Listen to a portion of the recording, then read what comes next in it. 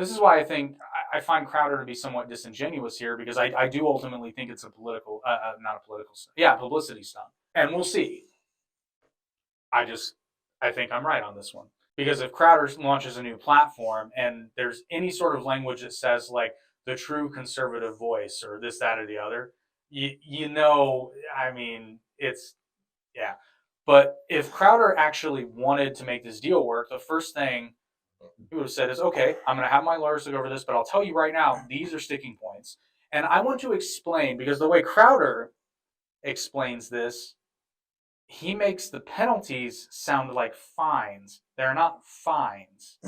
And the part that he conveniently left out is... Are you talking about the not contract?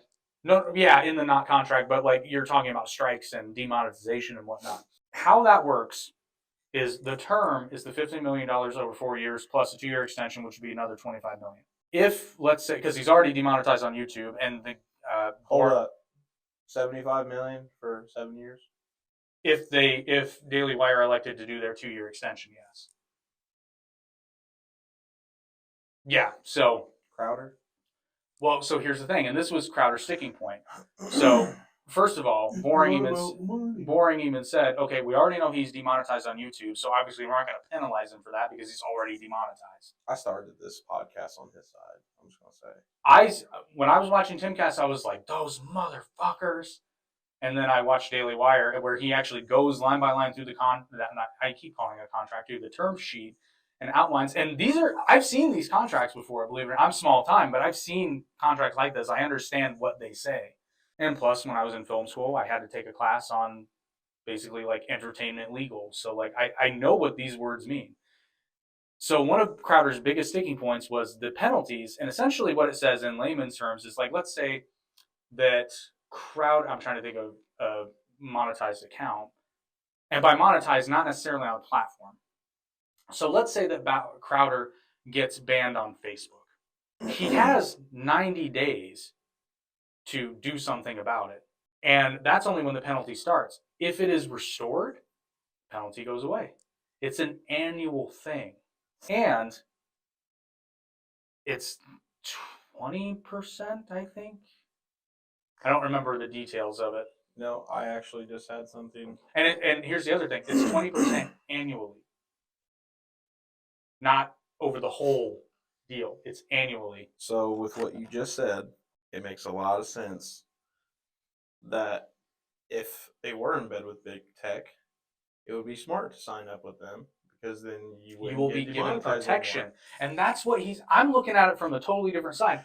Why would Daily Wire want you to be demonetized? They don't. They're going to help you get remonetized. I don't think that was his issue. I think what he was trying to say is like basically you should still pay me even if I get demonetized. And it's like you're not bringing in revenue. That's the point, though. You're being paid to produce this content that brings in revenue. So then, in turn,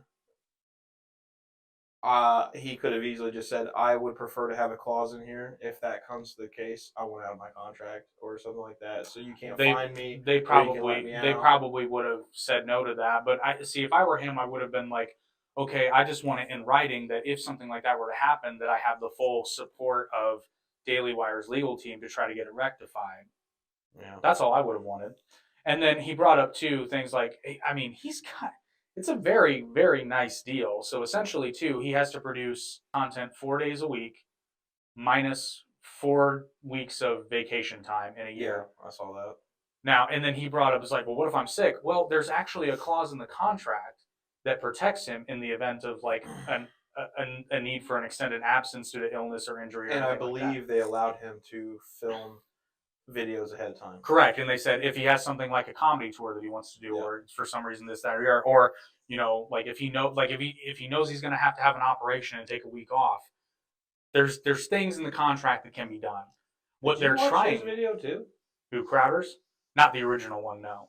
Oh, but it shows. You're literally saying some of the things he said verbatim.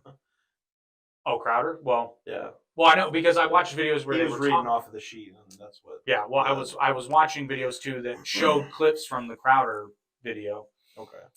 And it just shows either an intentional distortion of what's in the term sheet or just want of understanding. which is why, I mean, if it's actual want of understanding, whereas Crowder thinks it says this, but it actually says this, fire your lawyer because he clearly doesn't know what he's doing and he just cost you $50 million plus.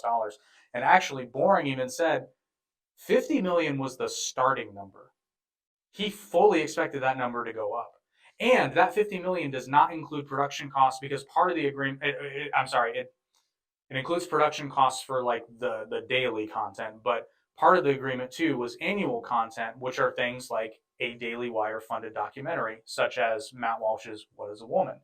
Daily Wire paid the production costs for that, including Matt Walsh for his time. So part of that contract was annually they would want Crowder to produce one long form political content where they pay the production costs and he's paid additionally for his time. As well, with Crowder, this was in the deal too, they'd want something like a stand-up special in which they would pay production costs for that. Listen, Elon Musk basically almost backed out of the buy of Twitter, and then he bought it. Yeah. So I think Crowder give him some time. I say 2 weeks minimum. He's gonna sign with Daily Wire. They're gonna get over their bullshit. They're gonna read him the proper mumbo jumbo that he needs to know, and he's gonna be like, oh. Well, Daily Wire had basically who was said it that said that he needed to fire his lawyer? Me. I said that. I heard it somewhere. Boring probably said it. Maybe. Well, no, he didn't say it in that video. No, I think he said something like in that fashion. But okay, so then you. If he did, it was facetious. I'm saying that if it's actual want of understanding, fire them. Unless they're doing this intentionally for publicity for his new venture.